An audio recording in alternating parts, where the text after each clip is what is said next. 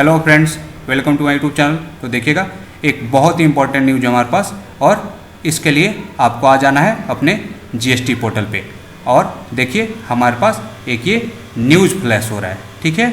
और ये बात कर रहा है लेट फी के रिफंड के बारे में, ठीक है। तो ध्यान दीजिएगा, ये जो न्यूज है इसको मैंने कॉपी कर लिया है। आइए इसको बड़ा करके देखते हैं कि क्या बोल रहा है हमारे लेट फी के रिफंड के बारे में, ठीक है।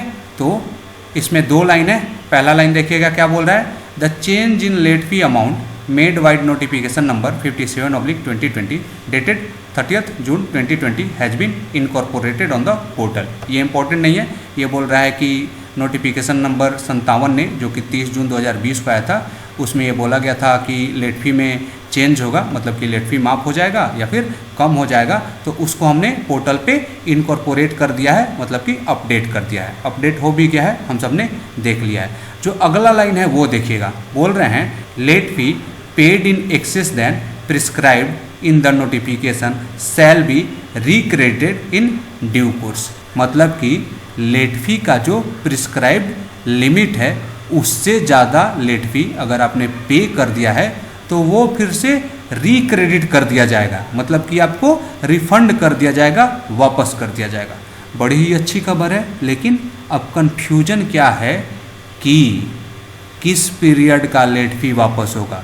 क्या जुलाई 2017 से आज तक का जो लेट फी है वो वापस होगा, या फिर कुछ और इन्होंने बात कही है जो कि पूरी तरह नहीं बताई है। तो सबसे पहले प्रिस्क्राइब लिमिट क्या है, ये हम सबको पता है कि अगर आपका नील रिटर्न है तो आपको कुछ भी लेट फी नहीं देना है। मतलब कि नील रिटर्न के केस में लेट फी का जो लिमिट है वो है 0 रुपीज़।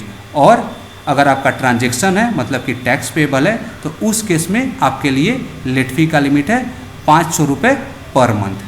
क्लियर है।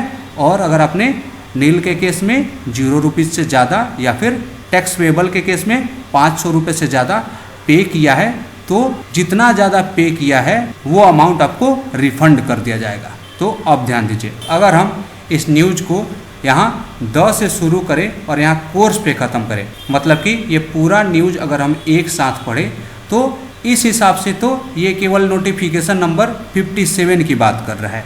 और नोटिफिकेशन नंबर 57 में फरवरी 2020 से जुलाई 2020 तक के GSTR 3B रिटर्न की बात कही गई है।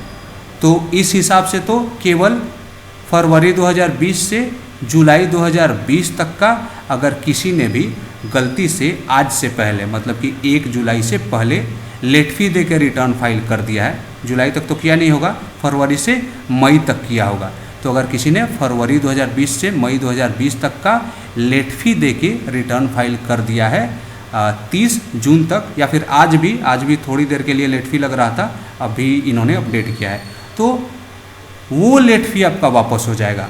अगर नील रिटर्न है तो जितना लेट फी किया है वो पूरा वापस होगा। अगर आपका टैक्स पेबल बन रहा था तो 500 रुपये से ज़्यादा जितना लेट फी आपने पे किया है वो वापस हो जाएगा, ठीक है।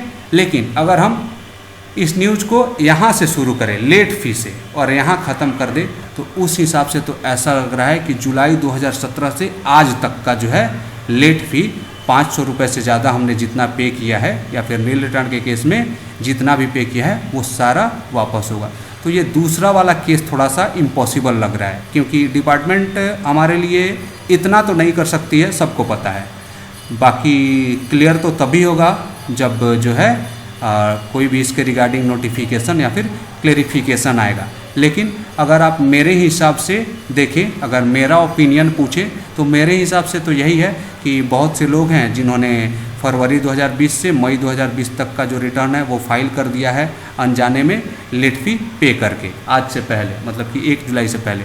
तो मेरे हिसाब से केवल उनका लेट फी वापस होगा, ठीक है। ये शुरू से तो कर ही नहीं सकते हैं, मतलब कि मेरे हिसाब से तो बिल्कुल नहीं कर सकते। बाकी आप लोग भी अपना राय दीजिए, अपना सजेशन दीजिए कि आपको ये देख के क्या लग रहा है, ठीक है। तो बाकी वेट कीजिए नोटिफिकेशन या फिर क्लेरिफिकेशन का, जो भी आता है मैं आप लोगों को टाइम टू टाइम जो है अपडेट करते रहूँगा। तो अगर आपको मेरा वीडियो अच्छा लगा तो इसको लाइक कीजिए, मेरे चैनल को सब्सक्राइब कीजिए। Thank you for watching my video.